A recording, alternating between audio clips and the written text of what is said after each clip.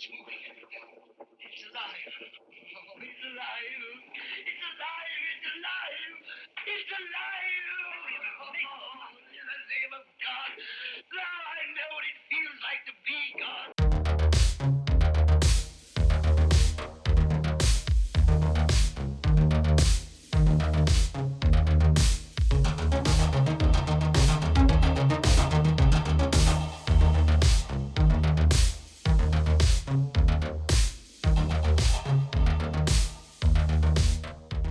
Hello, friends and fiends. Welcome back to another Blood and Guts presents Creature Features, and happy St. Patty's Day to you. And with me, as always, is Leprechaun himself, although he's a little bit too tall for that. Mad Matt, how's it going? I'm doing pretty good. I've been eating my Lucky Charms, Adam. How about yourself? He's been eating his Lucky Charms. Not doing too bad over here. Tonight, we're going to talk to you about Leprechaun because it is Patty's Day. And we figured, why not? Why not go ahead and go down this rabbit hole? I know you're not as enthused about this movie, but I mean, this is one I actually get a lot of enjoyment out of. But, probably because I was about 8 years old when it came out, so like it wasn't one of the first horror movies I ever seen, but it was a horror movie where my parents could put it on and not have to worry about anything. Yeah. So I watched this one a lot. So. Of course, this is the movie. It was directed by Mark Jones back in the year of our Lord 1993. Oh, 93. Yeah. What a good year. Yeah, and made it on a budget of $1 million, and box office it actually done pretty good. Come back with 8.6 million. Yeah. So for Trimark, this is like I mean you were talking about, is this their first film from Trimark? Yeah, mm-hmm. And also a debut of Jennifer Aniston. Yep. Of Friends. Yeah, for the longest time she wouldn't talk about this movie, but she's starting to come around about it now. And her and Warwick went back and forth. Warwick Davis, the great Warwick Davis, who was also classic Willow. Yeah. I mean, we're talking about the Ewok. The Ewoks. We're talking about Wicket. That was his name. Wicket. Yeah. And the great show Life's Too Short, which is I absolutely love that show. Mm-hmm. So, yeah, and they went back and forth. Yep. Over this one, to where one would attribute the fame of the other to this film. Right. So, yeah. Well, I know like Warwick Davis. One good thing about him is like when Mark Jones originally was sculpting this movie, it was a little bit more darker to begin with, and Warwick he injected some humor into it, and then Mark Jones actually wanted, because he come from a cartoon background. He did a lot of work on Scooby Doo, Scrappy Doo. Mr. Magoo, Heathcliff. I love the show Heathcliff. Yeah. So like you kind of see that in the production with this, like it's a lot of bright colors, a little bit over the top, a lot of blues, stuff. a lot of greens. Yeah. Yeah, and it does look pretty good. And I was reading some notes here where Warwick actually performed most of his own stunts. Yep.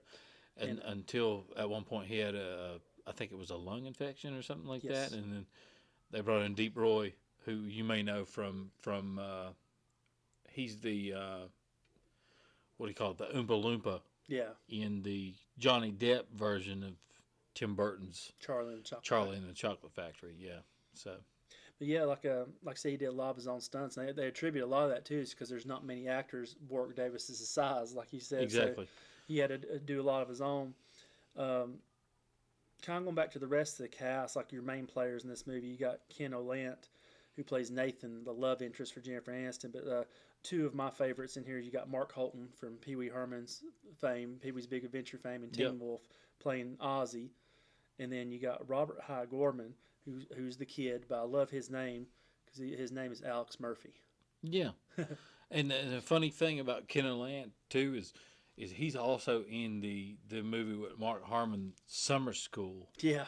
And he plays the student who is always asleep during class, and they can't quite figure out why. And then later they learn that at night he moonlights as a male stripper. Mm-hmm. So that's funny that he's in this. He's also in Summer School, which has some good effects makeup, horror makeup in that film as well. Right. So, but yeah. Well, some more about this movie, and like I said, I'm gonna get your take on it. One thing I do like about it is they obviously this is the first movie he's made where Mark Jones is trying to make this into like a. I ain't gonna say he set out to make a horror icon, but he wanted to make a good horror movie because he wanted to actually direct a picture. Yeah. But I do love how he introduces like certain lore for this leprechaun in this picture, like four-leaf clover. I like how that you almost attribute it to like being a vampire seeing a crucifix. You know, he sees that he's like, get it away, and if you put it on, it makes him powerless. Yeah. So I mean, there's just little tidbits here, and as you watch like each movie going down the line, I mean, they all differ in quality, but they like introduce some little tidbits as well. But I do enjoy that. How about yourself? Yeah. I mean, I like you said, I'm not the biggest fan of this kind of film. I don't really like the Chucky films as much. I don't like this one, but I do like the lore and the facts behind it. Mm-hmm. And so, of course, in this one, I took some notes down. Warwick thought that the shoes were essential. Yes. Because they gave him that iconic little like hobbly walk that he does. I don't know what you would call it, like a little 1-2 1-2. Right. Kind of walk, and also made them incorporate that into the following films. Yeah, he had to have the shoes because he had to have the shoes, and he even went as far as to say himself that the makeup helped him get into character, but the shoes helped him get into character even more. Speaking of the makeup, like that was one thing I looked up. It said it took about 3 hours to apply. Yep. And another 40 minutes to take off. But it was great makeup, and they actually had 3 different stages, like throughout the movie of the makeup. He gets more of a hook nose, more pointed chin, so he looks a little bit more demonic as the movie goes along. Pretty much how mad he's getting that he's not getting his gold. Where's my gold? Yeah. But another thing, you brought up the shoes, which, like I said, it's a great piece of information, but it also ties back to that lore we was talking about too, where they find out that anytime they throw shoes at him, he's going to pick them up and shine them, so that they figure that's a way to get away. So you see him running around shining the shoes. And so he's got the Chuck Taylors and all that stuff in there. I love it. And you hear him, when he's doing that. So I thought that was a great touch. I did like that touch. Yeah. And so it's fantastic. Like I said, I get a lot of enjoyment out of this film. A lot of people, it's a good one. It's a good one to get just a little kick out of on St. Patty's Day or whatever you're celebrating there. But like I said, the makeup in this one I enjoy a lot. Like I know as far as the plot goes, it's a very simple plot. It's straightforward. Yep. It's a lot of people don't like it. It's kind of uneven in its tone because if it's a horror comedy, you get gold like American Werewolf in London. You get stuff like this where it's a little bit uneven. It's more cartoony. Yeah. Which, like I said, him having that background, that's kind of what he's going for. Like you see where they're chasing him in the house, and he's like going from like cupboard to cupboard and just like popping up in places, and it's almost like a Scooby-Doo episode where they're going from door to door. Sure. But like now, for me, it worked for me. I enjoyed that part of it. And at one point I know that Mark Jones did say that, he had wished that he had made the tone a little bit darker, and especially like the scene with the well. Yeah. Like he said, I don't remember the exact quote, but he had said something along the lines of he had wished that he had made the well look more like worn down, run down. Yeah. Kind of like darker when she's pulling him out of the well, like that kind of thing, and. Well, that kind of goes back to like when we're talking about the tone of the movie.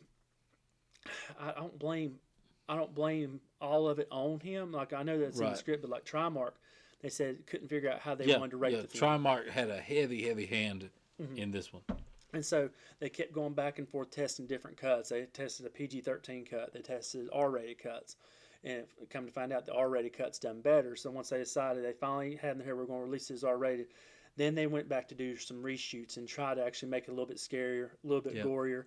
Warwick Davis, by that point, he was frustrated because he knew if they was going to do an R-rated cut, he would have played this a little bit, not as straight, because he still liked the humor, but he would have played this a little bit more scarier in his performance, like if he knew they were actually going to go for an R. Yeah. So for him, that kind of helps, like we were talking about a minute ago, how it has like that uneven tone to it. Yeah, and he had said that, I think it was Mark Jones that had said something along the lines of like, it needed to be more scary. And at first, Trimark was like, they didn't even want to give him a chance. Right. They No, didn't even want, yeah, they they're didn't. like, we'll buy your script, but we're gonna get somebody else to direct it. They wanted somebody else. They were heavily leaning towards someone else to direct, and they gave him a chance. But they still said after they gave him the chance, he proved himself.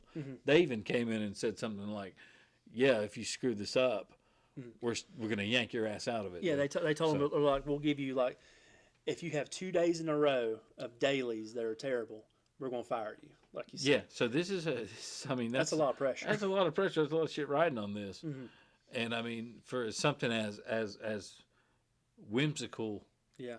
as it is, you know, it's a movie about a leprechaun. Right. So I mean, we're not talking about, you know, Third Man Citizen Kane Right. here. We're talking about the leprechaun. Yeah. So for that, that's a little heavy. Yeah. But And it amazes me, as crazy as it sounds, but Mark Jones has actually admitted that he got the idea for the entire movie by watching a Lucky Charms commercial. yeah, And seeing him like being mischievous, run from the kids, have all these vehicles. Just knowing that was like his original idea and how it's kind of escalated from there.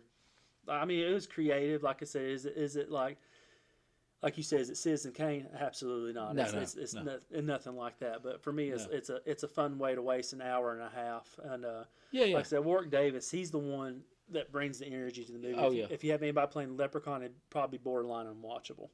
Yeah, and I think that's why, you know, cut to later on down the road when they did do that kind of revamp remake. When they didn't have Warwick doing it, it just lost all its flavor. Because that's the only thing that would get me to watch this film.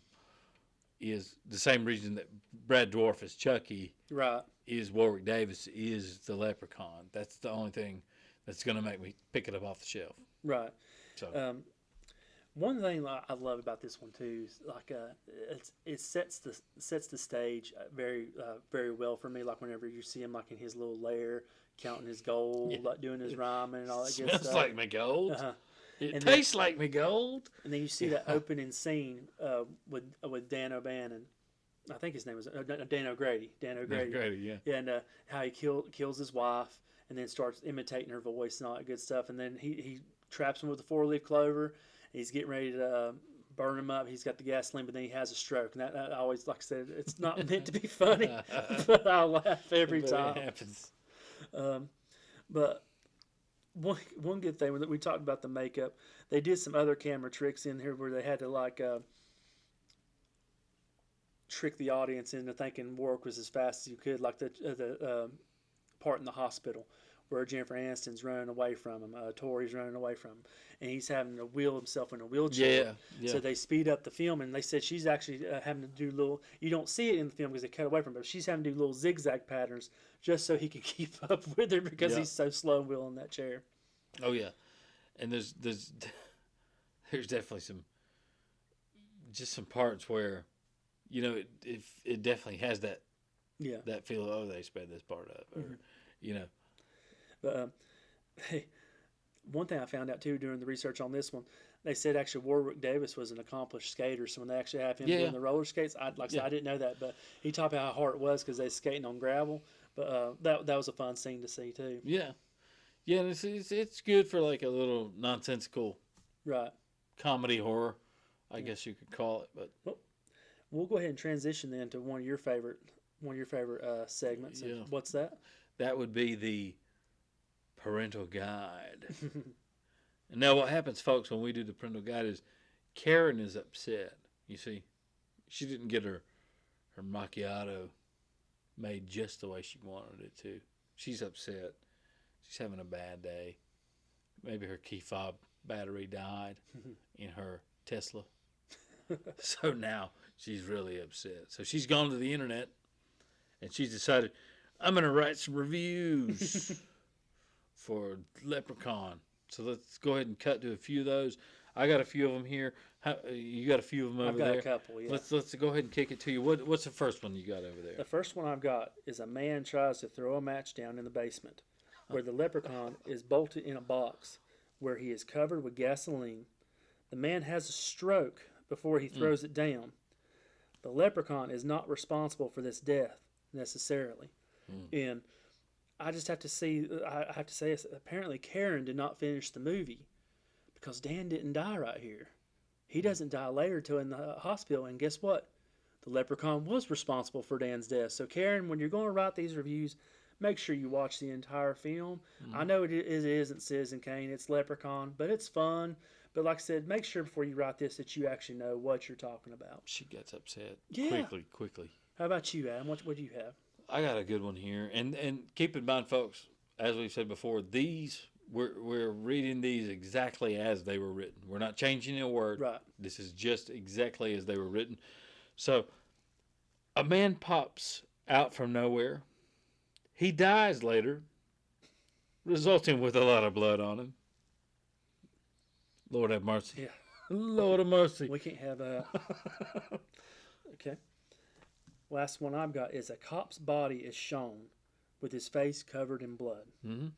The leprechaun pulls his eyeball out and uses it as his own. As if it were his own, yeah. But, you know, at least you get a good quip, you know, eye for an eye, me dear. Eye for an eye, yeah. And he's got the eye. So that makes for some good, like, comedy horror. Yep. So, And before you go on that one, actually, we were talking on the reshoots. That was actually a scene that they did reshoot, so I had to throw that in there while it popped in my head. nice. So what else you got? The last one I got is a boy says that he wants a beer. That's it. Oh, That's it. A boy. he's just thirsty, Gary. He's just thirsty, Karen. He just wants a beer. And I'm gonna go on the internet and write about that right now. So, but yeah. So these these are exactly as they are written. But you know, it's meant to be lighthearted. Yeah. It's meant to be, you know, it's not Nightmare on Elm Street. It's not gonna terrify you No, to where you can't sleep. no.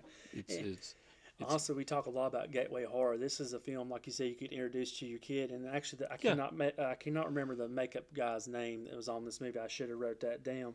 But he actually stated the reason a lot of kids gravitate to this movie is because the leprechaun, like Chucky, is a character like that's eye to eye to them. They actually feel like they can be empowered to take him on, so that gives them that feeling like, you know, I could survive this, I could kill him, which therefore lets them gravitate to the movie. yeah, totally. And Yeah. one of my last thoughts though too that I should have mentioned earlier, but just come to me. I love the ending scene, like, you know, the payoff shot where Alex is getting ready to shoot him with the 4-leaf clover, and Trimark did not want them to use the line, obviously, you know, hey Lep, your lucky charms. Yeah. But he's like, we're going to leave it in anyway. You know, if they want to sue us, they can sue us because it's a Leprechaun movie, you know. Right. And so I'm glad they left it in because I thought that worked well. Yeah. That last, when he's, you know, spoiler alert, if you haven't seen it, go check it out. When he's, I don't know what you want to call it, like combusting. Yeah, melting. Melting, combusting, you know, whatever. They had tubes, the makeup artist had tubes coming in.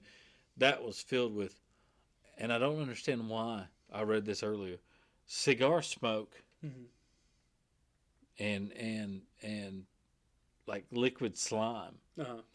Why you would use cigar smoke, I have no idea, because it seems like to me if you're going to do this effect and you're going to have these tubes and he's combusting, Yeah. why would you not use just like a fog machine or something? Why would you have like 4 or 5 guys sitting around Yeah. chiefing cigars, blowing smoke in a tube, and then with the fake slime instead of just Cheaper. But yeah, I guess it was cheaper, you know. Bless them. They're going to smoke them cigars anyway. I guess so. You're gonna have cigar smoke. You're gonna smell like that. But yeah, so cigar smoke and slime was used to do the combustion. You know, I always thought that puppet looked great. Like I said, when they had all the effects going at one time, and then he's sitting there and they working when he pops back up and speaks how he wants his gold one last time. Yeah. But go ahead and Adam, we'll start winding down a little bit. On the Goldblum scale. The Jeff Goldblum scale, we love to rank. What would you give this movie? We love to rank based on the legendary actor Jeff Goldblum. I'm gonna give it 2.5 Goldblums. 2.5. 2.5 Goldblums. Elaborate, like what works for you, what doesn't. Well, like I said before, I'm not a big fan of Child's Play series. I'm not a big fan of Leprechaun. I'm not. It's just kind of, it's too whimsical for me, personally. I do enjoy it. It is funny to put it on, in the background of a party, or to put it on St. Patty's Day and just have a good time. But as far as like your other killers, like your Jasons and Leatherfaces and that type of stuff, it's a little lower for me. So that's why I'm thinking to. So he's not on your Mount Rushmore. He's definitely not. Leprechaun's definitely not on my Rushmore of the killers. Well, for me, I enjoy it a little bit more than you. Like I said, it's one I've watched ever since I was a kid. So I'll give it 3.5 out of 5 Goldblums. Goldblums. Like I think it's like I said, great gateway horror for kids. Like if you really Oh, want it to test the definitely is waters that. with them. Yeah. And I think the overall premise is good. It's uneven in spots, like with the definitely. humor. Some of the humor really lands well with me. Some of it you kind of just start rolling your eyes a little bit. Yeah. But I think the makeup effects are great. That's a strong point. The glue of the movie though is Warwick Davis. So like you talked about Willow earlier. Oh yeah. I'll like if they announce tomorrow we're making another Leprechaun, Warwick Davis is coming back, I'll give it a watch just because I really enjoy him. So definitely for me like 3.5. A lot of people may be ashamed to say it, but I'm not ashamed. I really enjoy this movie. Okay. All right. And there you go, friends and fiends. Little Patty's Day video for you.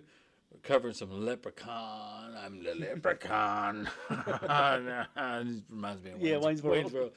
But yeah, if you like this video, share it with your friends. Be sure to like and subscribe, and leave us some comments if you don't like it, if you do like it. Yeah. And as always, friends and fiends. If you don't like it, you better not be hiding the gold because he'll come get you. That's right. And he'll get your shoes. Yeah. I guess. So, there's that. As always, remember. I'm a leprechaun, me dear.